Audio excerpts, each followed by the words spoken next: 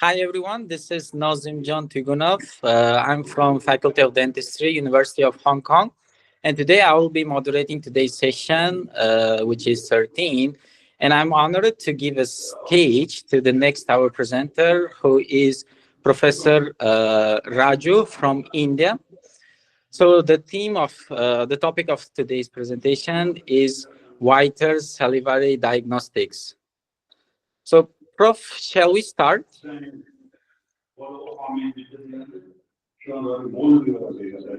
Prof. Raju, shall Sorry, we yeah, we start can to start share us? with your permission. Yeah. Yeah, please. Can I Yeah. go to the presentation? Can can you start sharing the screen? Yes, I'm just doing that. Yeah. Okay.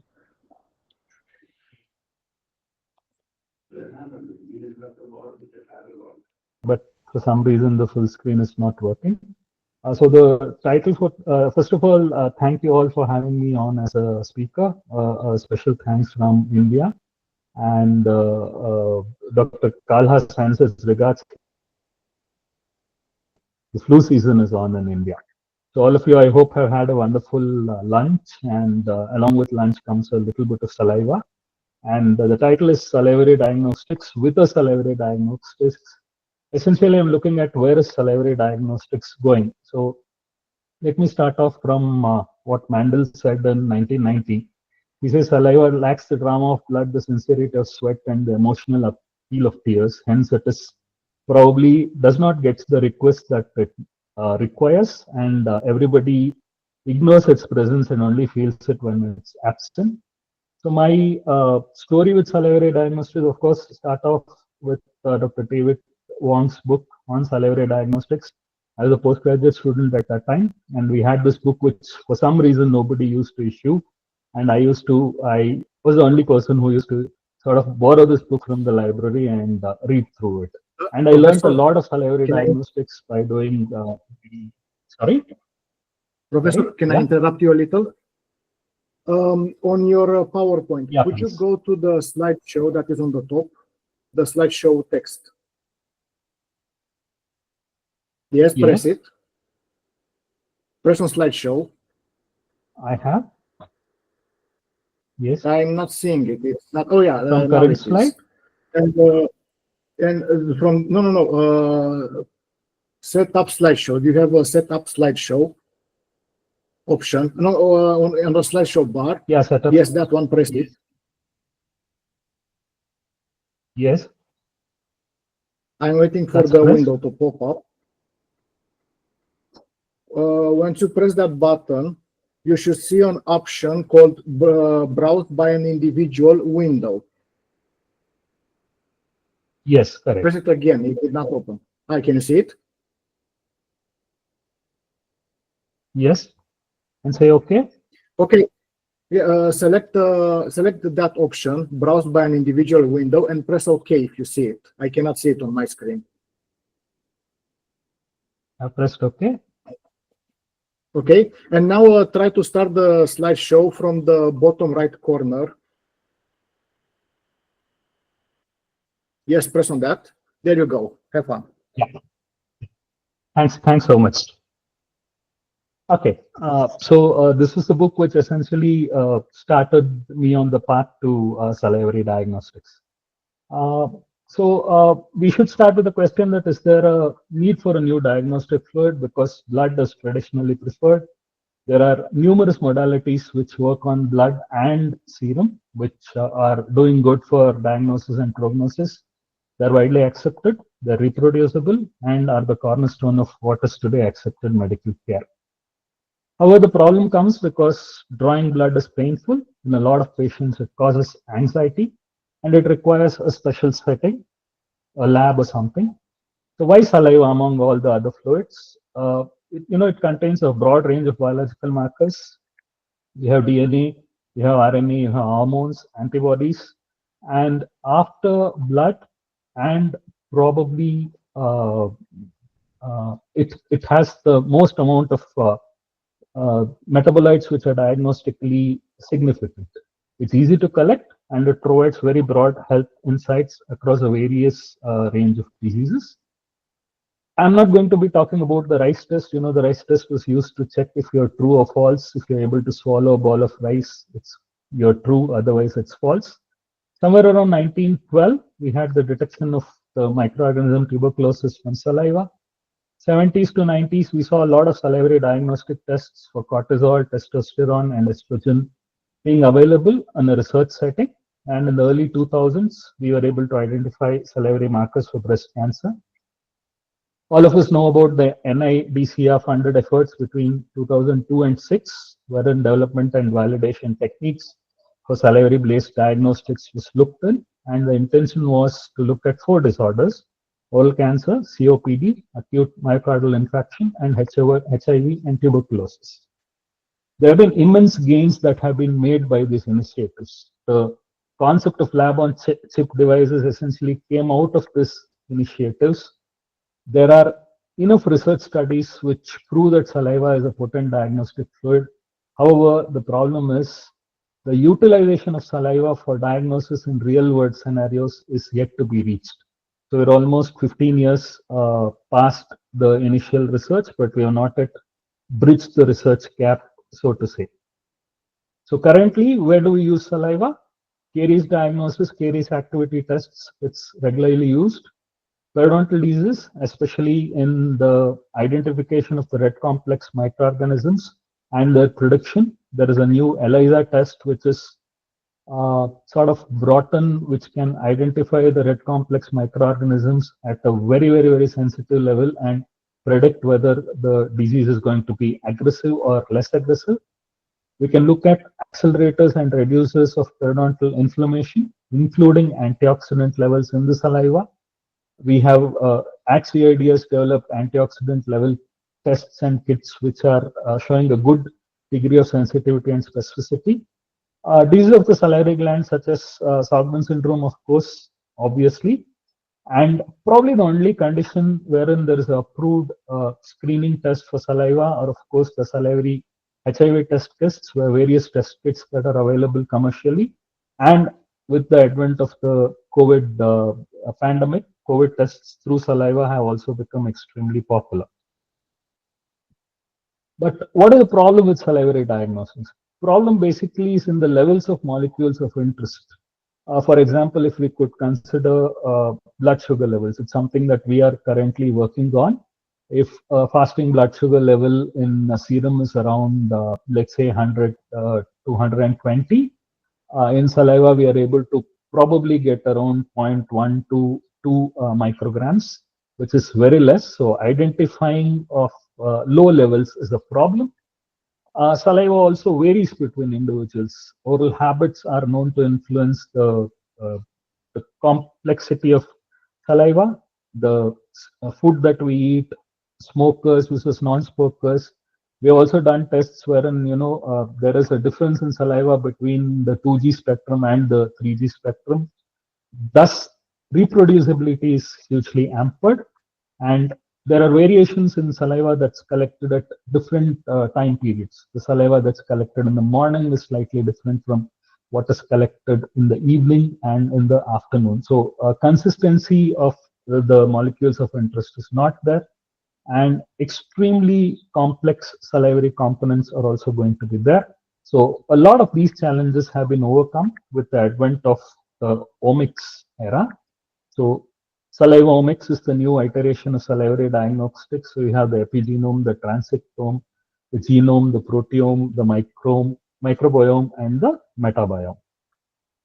This is, of course, RNA extracts from various fluids, and if you have a look at it, you find that serum has the most of extracellular RNA, that is around 1603, whereas saliva has around 256, probably the second behind serum. So let's look at what we are working at. At our institute, we are part of a larger study group which is examining the salivary microbiome in patients in oral cancer and pre-cancer. We have identified a group of around 100 individuals with oral cancer and pre-cancer, and we are looking at what is the changes in the microbiota. There are two species which we have identified by 16S RNA sequencing. That's Prevotella and the Fusobacterium species. And we are looking at identifying the metabolites of these bacteria as markers of oral cancer. This is in a very initial stage, but it is quite promising. So hopefully in the next 2 to 3 years, we will be able to bring out a realistic diagnostic methodology for oral cancer using this. This, of course, are the various extracellular RNAs that are seen in oral cancer and pre-cancer. In India, oral cancer and pre-cancer is a huge health challenge, probably not so much for you guys. It's the largest cancer that is there, and huge mortality and morbidity that's involved. That's why we thought we'll look at oral cancer and pre-cancer. Of course, oral cancer identification using saliva is not new. Around 2008, Dr. Wong's team identified around 300 mRNAs, and around 180 of these have been identified as common. They also found changes in 4 mRNAs consistently in these patients with hopes on lab-on-chip diagnosis. Other than that, various other researchers have found increased levels of MMPs, which helps in the metastasis of oral cancer. Recent research shows the P2 and the ZAG2 and the CIFRA2, TPA, and CA125 are significantly increased in the saliva of patients diagnosed with oral cancer and pre-cancer, and these are being looked at as salivary markers of oral cancer and pre-cancer. Other than oral cancer and pre-cancer, pancreatic cancer, researchers have demonstrated that 4 RNA biomarkers, that's the KRAS, MDB3L2, ACRV1, and the DPM1, have been specifically identified in pancreatic cancer patients, demonstrating a sensitivity of 90 and a specificity of 95. Gastric cancer patients show increased levels of cystatin D, TPII, and DMBT1. PSA, MIR21, MIR141, constantly elevated in the saliva of prostate cancers. Non-small cell lung cancers, people have demonstrated EGFR mutations in the saliva of these patients. And the recent study by Zhao et al., there are 16 candidate proteins which are there, which can discriminate between lung cancer patients from healthy individuals and are proposed as effective biomarkers. Again, the sensitivity and specificity is in the range of 90 to 95%. Then this area of interest for us here is salivary diagnostics using biochemistry. There are more than 300 proteins and molecules of interest which are there. Type 2 diabetes is a major health concern for us in India, other than oral cancer, which I was talking about. And we have looked at examining the saliva as a tool for the diagnosis of oral of type 2 diabetes. We initially started working with the biochemical kits, but again, the problem was the biochemical kits do not have the Godpod method does not have the sensitivity to detect extremely low levels of sugar that are there in saliva. Hence, we had to look at developing the ELISA-based methods. We were able to succeed with the development of ELISA-based methods, but realistically speaking, the ELISA-based methods cannot be used on a regular basis by a patient, thus defeating the entire purpose of looking at saliva as a fluid, wherein the patient himself is able to take the sample and look at his sugar levels.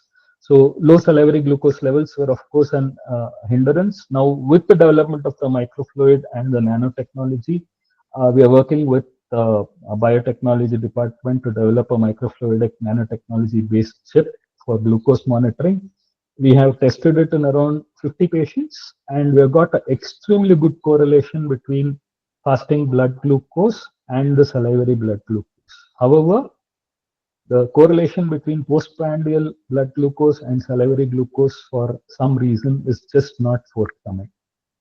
So we are looking at changing technology to see if we can do something to get a good result. However, a problem could be that the timing. Usually the postprandial glucose tests for serum is usually done at around 2 hours afterwards, but in saliva, depending on the diet, we are able to find dietary products still there which could contribute to salivary glucose. So it is something that we are testing just to see how good we can, bring about seriously good test kit. Our plan is to include these chips onto complete denture patients, the elderly, and sort of do a continuous monitoring of salivary glucose along the levels of the continuous glucose monitoring devices that are there using serum, which are commercially available.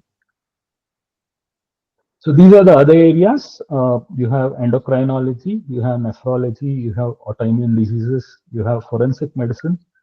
Interesting work that we are doing in forensic is using 16S RNA sequencing to identify individuals based on their salivary microbiome. And I'm happy to share that, the results are extremely promising, and maybe at, over a period of time, we should be able to develop way of identifying individuals from the salivary microbiome rather than looking at fingerprints and DNA sequencing and those sort of devices. Periodontal diseases, caries risk assessment, and orthodontics and dentistry is something that we are all uh, pretty much exposed to in a regular period. You have your risk assessment tests which look at salivary microorganisms, salivary pH, the pH changes brought about by the microorganisms, which today dictate how caries should be not necessarily treated but managed, and monitoring therapeutic drug levels and poisoning levels, and also diagnosing levels of alcohol consumption and drug abuse is something that is ongoing process. It is used widely by the law enforcement and with good degrees of sensitivity and specificity. So what are the emerging fields in salivary diagnosis which will probably guide salivary diagnosis in the next decade or so? So you have a new emerging field that is metabolomics, which looks at salivary metabolites, the end products of salivary metabolism, being able to diagnose various diseases. As I just mentioned, we are working on this specific concept and looking at the metabolites of the two microorganisms to see if we can bring about a device which could detect oral cancer at a very early stage. And of course, microbiomics.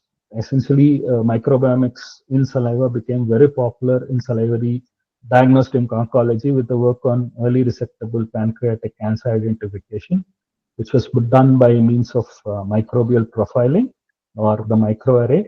And two markers, the Neisseria and the Streptococcus mitis, have shown good specificity and sensitivity.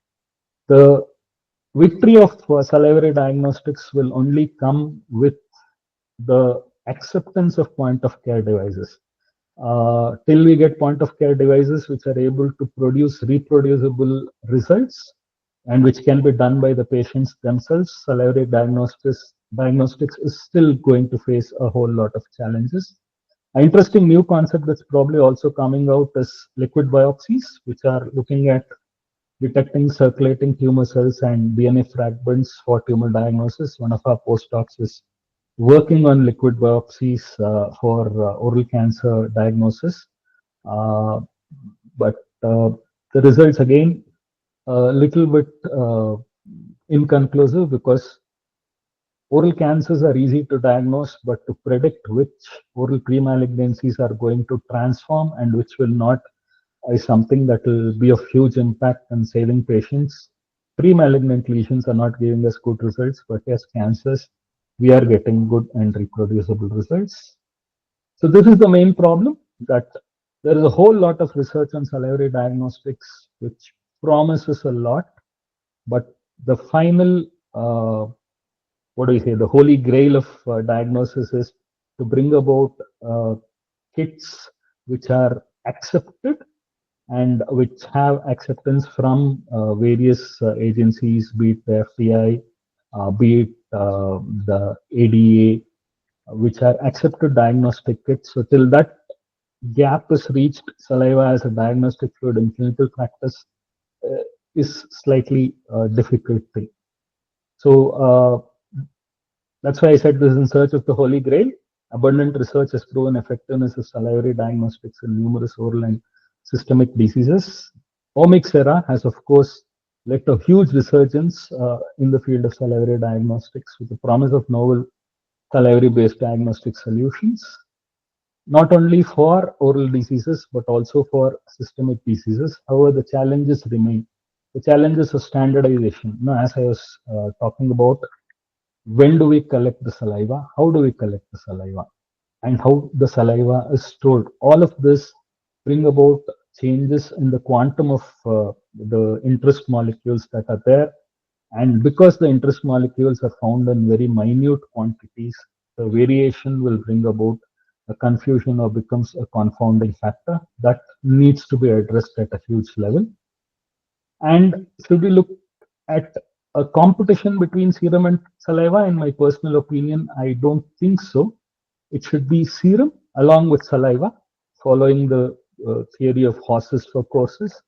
We look at serum where serum gives us the good results. We look at saliva, especially where it is very sensitive in diagnosis.